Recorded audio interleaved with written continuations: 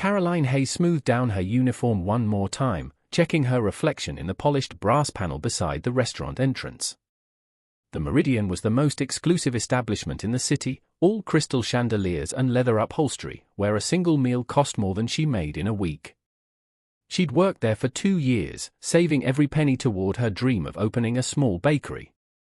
At 28, she'd learned to move through this world of wealth with quiet grace, serving people who barely noticed her, except to snap their fingers for more wine. Tonight was different, though. Tonight, her hands trembled slightly as she tied her apron. Her younger sister's wedding was in 3 weeks. Jessica had fallen in love with a man from one of the city's prominent families, and the engagement had thrust their modest, middle-class family into a social circle they'd never inhabited before. Jessica's future in-laws were kind enough, but their friends were another story, full of subtle judgments and raised eyebrows. At the engagement party last month, Caroline had endured endless questions about her romantic life, thinly veiled pity about her being single, and assumptions that she must be desperate or defective. One woman had even patted her hand and said, "Don't worry, dear. There's someone for everyone, even at your age." Caroline's mother had begged her to bring a date to the wedding, just so they stopped treating you like a charity case, she'd said with worried eyes. Jessica was anxious they'd spend the whole reception trying to set Caroline up with unsuitable men. But Caroline didn't have anyone to bring. She worked 6 days a week, took night classes in business management, and fell into bed exhausted most nights. Dating had fallen off her list of priorities years ago. "Table 12 needs attention," said Marcus, the head server, as he passed. "New arrival, VIP treatment." Caroline nodded and made her way to table 12, her mind still spinning with wedding anxiety. The man sitting there barely glanced up from his phone as she approached. He was perhaps in his early 30s, devastatingly handsome in a tailored navy suit, with dark hair and sharp features that belonged on magazine covers. "Good evening," Caroline said with her professional smile. "Welcome to the Meridian. Can I start you with something to drink?" "Scotch neat," he said absently, still focused on his screen. "The Mal Len, if you have it, of course, sir."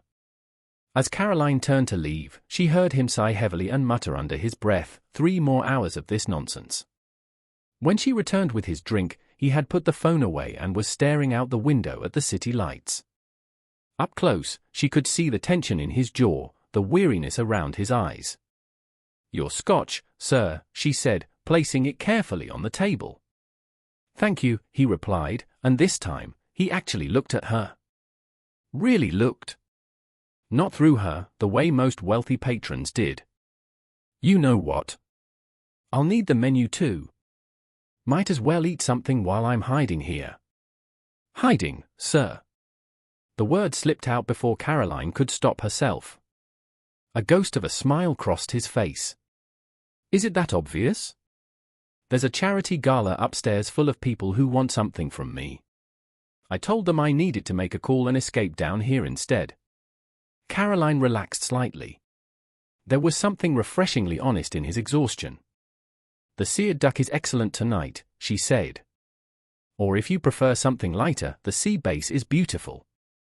"The duck sounds perfect," he said. "And please, call me Dominic. Sir makes me feel ancient." Over the next hour, Dominic lingered over his meal. The restaurant was quiet for a weeknight, and Caroline found herself returning to his table more often than strictly necessary. He asked her questions, real questions, about her work and her life. Not in the condescending way some wealthy people did, performing interest, but with genuine curiosity. "So, you want to open a bakery?" he asked when she mentioned it in passing. "What's stopping you?" "Money, mostly," Caroline admitted. "I'm still about 20,000 short of what I'd need for a proper business loan, but I'm getting there. Another year, maybe 2. "That's impressive," Dominic said. "Most people just dream. You're actually building toward something." Their conversation was interrupted by a woman in a glittering evening gown appearing at the entrance to the restaurant. She spotted Dominic immediately, and her face lit up with predatory interest. "There you are, Dominic," she called out, her voice carrying across the quiet space. "We've been looking everywhere for you." Dominic's entire demeanor changed, his shoulders tensing. "Veronica, I was just finishing dinner." "Well, finish it upstairs," Veronica said, moving closer. "The silent auction is about to start, and everyone's asking where the eligible bachelor went." She looked at Caroline for the first time, her expression dismissive. "We'll take the check now." After Dominic left, pressed back into service at the gala, Caroline tried not to think about him. Men like that existed in a different world, one where a server's conversation was just brief entertainment before returning to their real lives. But 2 nights later, he was back. Same table. Same weary expression. "Duck again?" Caroline asked with a small smile. "Actually, I came to talk to you," Dominic said.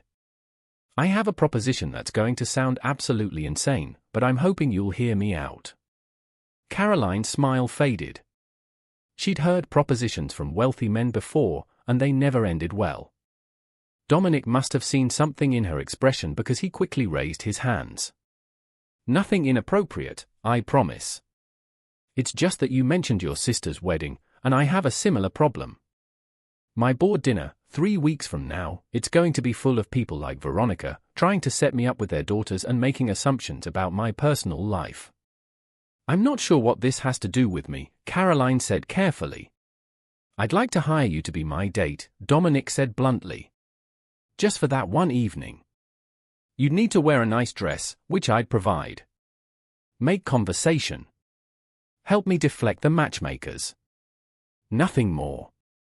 In exchange, I'd pay you $25,000. Caroline's breath caught. $25,000. More than enough to complete her bakery fund. "Why me?" she asked. "Because you're honest," Dominic said simply. "You treated me like a person the other night, not like a bank account or a trophy. And because I got the sense you understand what it's like to be judged by circumstances rather than character." Caroline's mind raced. It was crazy, absolutely crazy. But $25,000 would change her life. "My sister's wedding is the same weekend as your board dinner," she said slowly. "I don't have a date either. The families are going to spend the whole time pitching me to horrible men or pitying me." Dominic leaned forward, interest sparking in his eyes. "So, we help each other. I'll be your date for the wedding. You'll be mine for the dinner. No money. Just 2 people solving each other's problems." "That's still insane," Caroline said, but she was smiling. "Probably," Dominic agreed. "But is it a deal?"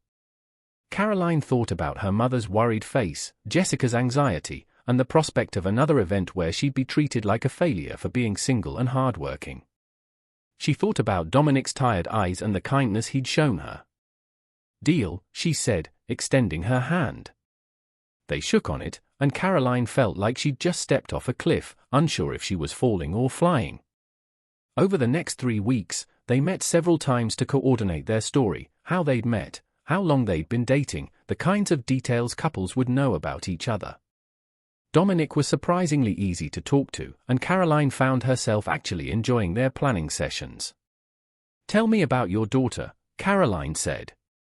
During one of their coffee meetings, Dominic had mentioned 5-year-old Natalie in passing, and his whole face had softened. "She's everything," Dominic said simply. "Her mother and I divorced 2 years ago. Amicable, we just wanted different things. But Natalie is the center of my world. She's why I work so hard, why I'm building something that will last." "She's lucky to have you," Caroline said softly. The wedding came first. Caroline introduced Dominic to her family, and she watched her mother's face light up with relief and approval. Dominic was charming without being fake, attentive without being overbearing. He made conversation with her uncle about vintage cars, complimented her grandmother's dress, and treated Jessica and her fiancé with genuine warmth. But the revelation came during the reception. A slow song started, and Dominic offered his hand. "Shall we maintain appearances?" he asked with a slight smile. As they moved onto the dance floor, Caroline was acutely aware of how well they fit together, how his hand felt steady and warm against her back. They'd been pretending for weeks now, practicing this relationship, but something had shifted without her realizing when. "Thank you for this," she said quietly. "My family's so happy, and for once, I'm not the object of pity." "You should never have been," Dominic replied, his voice low. "You're building something real with your own hands. That takes more courage than most people ever find." Caroline looked up and found him watching her with an expression that had nothing to do with their arrangement. "Dominic," she started, but wasn't sure how to finish. "I know," he said. "This wasn't supposed to be real. But Caroline, these past 3 weeks, getting to know you, it's been the most genuine thing in my life in years. You see past the money and the status. You challenge me. You make me laugh. And honestly, I've been counting down to these moments when I get to see you." Caroline's heart hammered in her chest. "The board dinner is next week. After that, our deal is done." "It doesn't have to be," Dominic said. "What if we made this real? Not an arrangement. Not pretending. What if we actually tried to see where this goes?" "You're a CEO," Caroline said, even as hope bloomed in her chest. "I'm a restaurant server trying to open a bakery. We're from completely different worlds." "No," Dominic said firmly. "We're both people trying to build something meaningful. We both value family, hard work, and genuine connection. Those are the things that actually matter." The song ended, but they stayed on the dance floor, looking at each other while the world spun around them. "I'd like that," Caroline said finally. "To try something real." Dominic's smile was like sunrise, bright and full of promise. "So would I." The board dinner came a week later, and this time, Caroline wasn't playing a role. She was simply herself, Dominic's girlfriend, meeting the people who shaped his professional world. And when Veronica made a snide comment about Caroline's background, Dominic's response was immediate and fierce. "Caroline is opening her own business through sheer determination and hard work," he said coldly.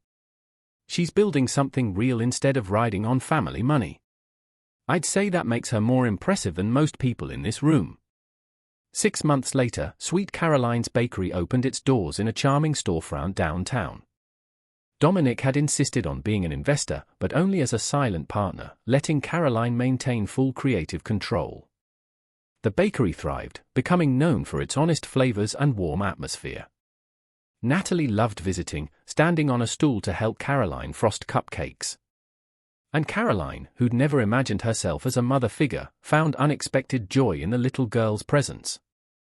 A year after their fake date at the wedding, Dominic proposed for real, not with an elaborate display, but during a quiet moment in the bakery after closing, with Natalie holding the ring box and beaming with excitement.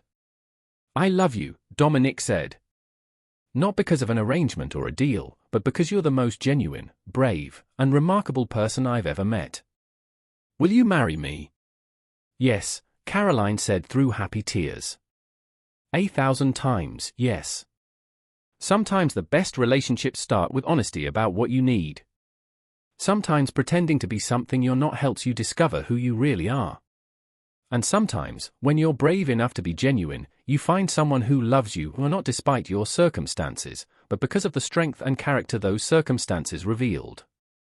Their wedding invitation read simply, "Two people who found something real while pretending to be together request the honor of your presence as they make it official." Because the best love stories aren't about perfection or fairy tales, they're about two people seeing each other clearly and choosing to build something genuine together. If this story reminded you that authenticity is more valuable than pretense, and that real love grows from honest connection, please like, share, and subscribe for more stories about unexpected romance, second chances, and finding the courage to be yourself. Comment below about a time when being genuine led to something beautiful in your life. Your story might inspire someone else to take that brave first step.